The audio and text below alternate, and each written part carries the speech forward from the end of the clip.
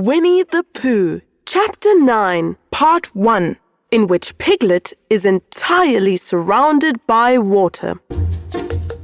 Aria as Christopher Robin. I am 8 years old. I am from Los Angeles, California, and I like spending time with friends and family and going to the beach. And Wesley as Winnie the Pooh. I'm from Taiwan. I'm 8 years old.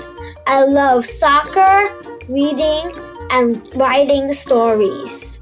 I have my own podcast called the WK Podcast. You can visit my podcast on any podcast you use. It's about fantastic stories, and some is about my life and what I love.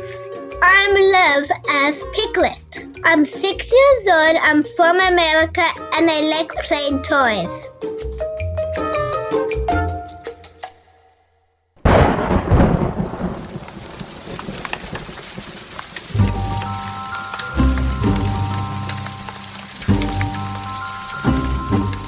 It rained and it rained and it rained. Piglet told himself that never in his life, and he was goodness knows how old, 3, was it, or 4? Never had he seen so much rain, days and days and days. If only He thought as he looked out of the window. I have been in Pooh's house, or Christopher Robin's house, or Rabbit's house when it began to rain. Then I should have had company all this time, instead of being here all alone, with nothing to do, except to wonder when it'll stop. And he imagined himself with Pooh, saying, Did you ever see such rain, Pooh? and Pooh saying, Isn't it awful, Piglet? and Piglet saying, I wonder how it is with Christopher Robin's way. and Pooh saying, I should think poor old Rabbit is about flooded out by this time. It would have been jolly to talk like this, and really it wasn't much good having anything exciting like floods if you couldn't share them with somebody. For it was rather exciting.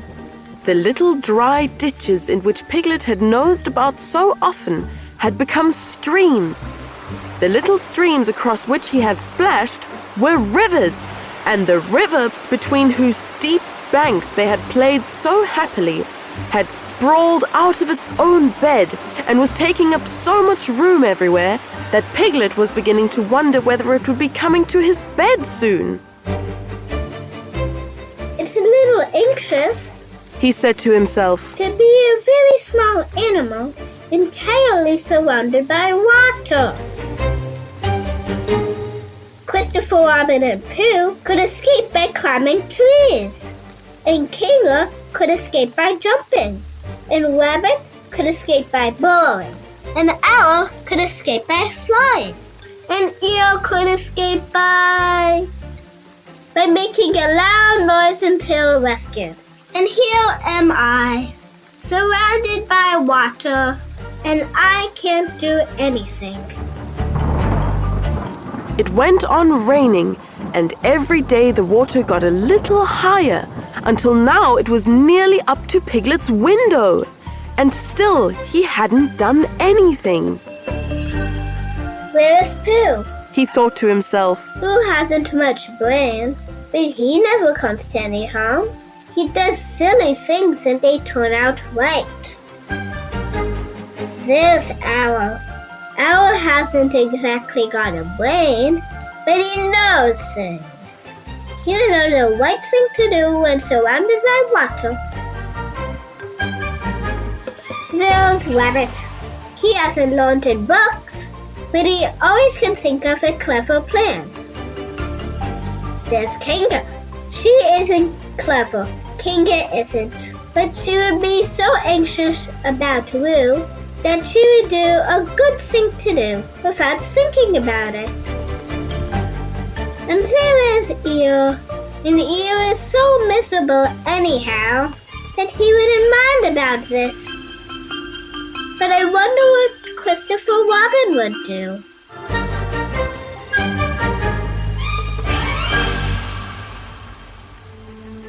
Then suddenly he remembered a story which Christopher Robin had told him about a man on a desert island who had written something in a bottle and thrown it in the sea.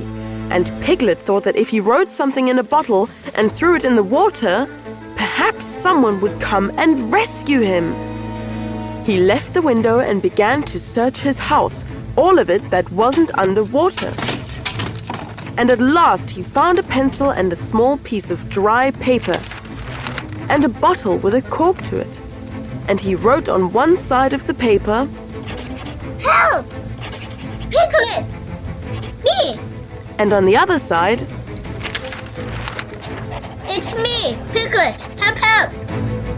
Then he put the paper in the bottle and he corked the bottle up as tightly as he could. And he leant out of his window as far as he could lean without falling in, and he threw the bottle as far as he could throw. Splash! And in a little while it bobbed up again on the water, and he watched it floating slowly away in the distance until his eyes ached with looking, and sometimes he thought it was the bottle, and sometimes he thought it was just a ripple on the water which he was following. And then suddenly he knew that he would never see it again, and that he had done all that he could to save himself. So now, He thought, somebody else would have to do something. And I hope they will do it soon, because if they don't, I'll have to swim, which I can't. So I hope they do it soon. and then he gave a very long sigh and said, I wish Pooh were here. It's so much more friendly with two.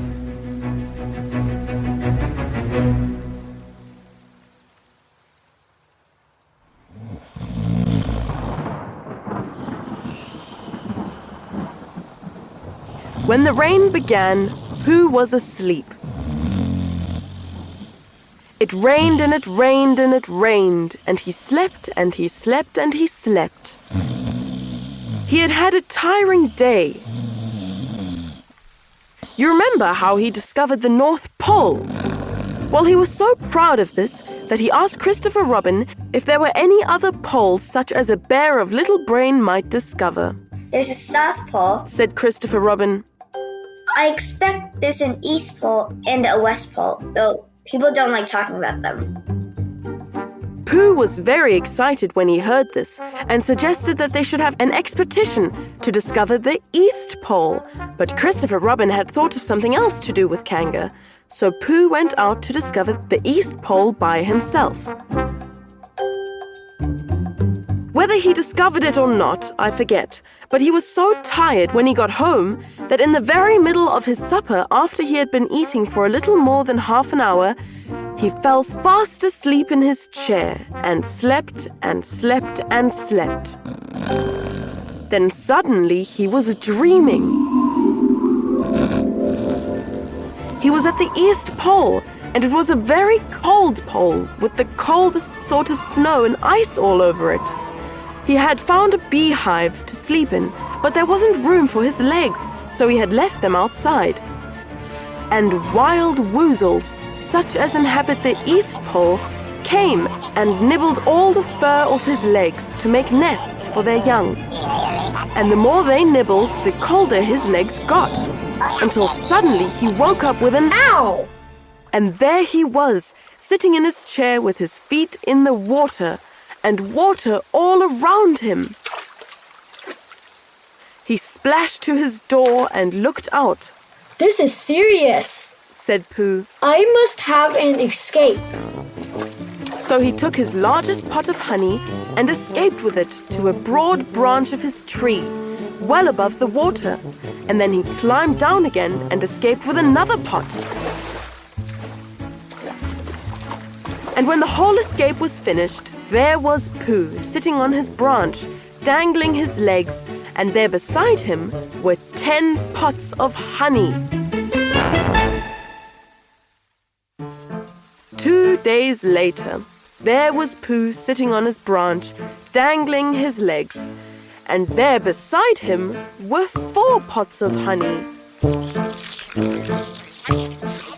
3 days later, there was Pooh, sitting on his branch, dangling his legs, and there beside him was 1 pot of honey.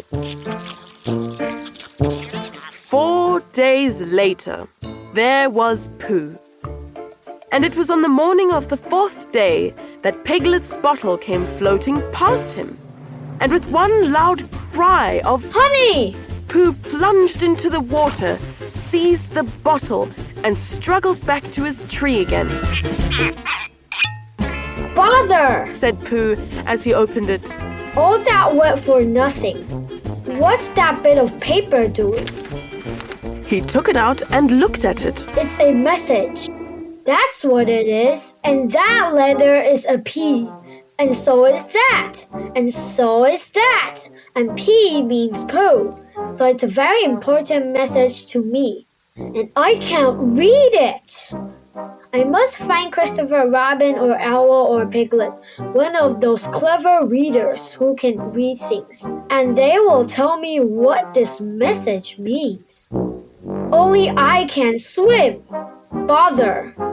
Then he had an idea, and I think that for a bear of very little brain, it was a good idea. He said to himself, If a bottle can float, then a jar can float. And if a jar floats, I can sit on top of it, if it's a very big jar. So he took his biggest jar and corked it up. All boats have to have a name, so I shall call mine the Floating Bear.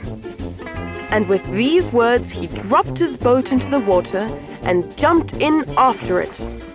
For a little while, Pooh and the floating bear were uncertain as to which of them was meant to be on the top.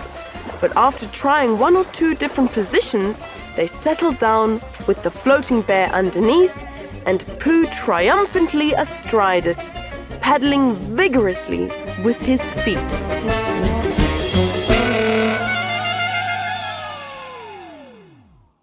Hey guys, if you like this episode, please share it with your friends and family.